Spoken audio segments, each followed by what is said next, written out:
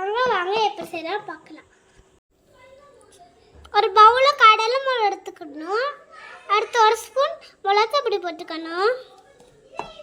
அடுத்து தேவையான அளவு ஒரு தேவையான அளவு உப்பு போட்டுக்கணும்.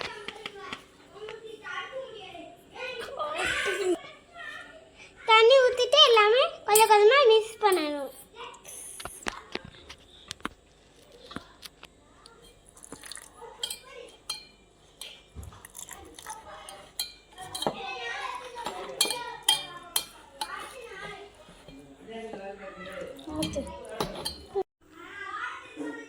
மிக்ஸ் பண்ணி வச்ச மாவு ரெடி ஆயிடுச்சு. இப்போ நம்ம கட் பண்ணி வச்சதெல்லாம் இதில் இந்த மாவில் டிக் பண்ணி ஒரு கடாயில் எண்ணெய் ஊற்றி அதில் போட்டு பொரிச்சு எடுத்துடலாம்.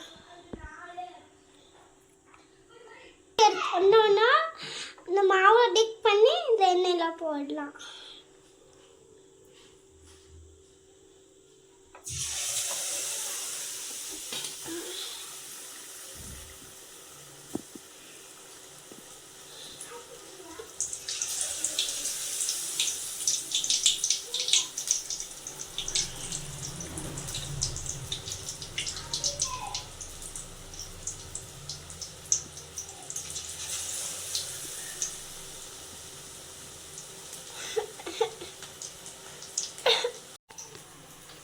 ஒரு பக்கம் நல்லா வெந்தோடனே இன்னொரு பக்கம் திருப்பி போட்டுக்கலாம்.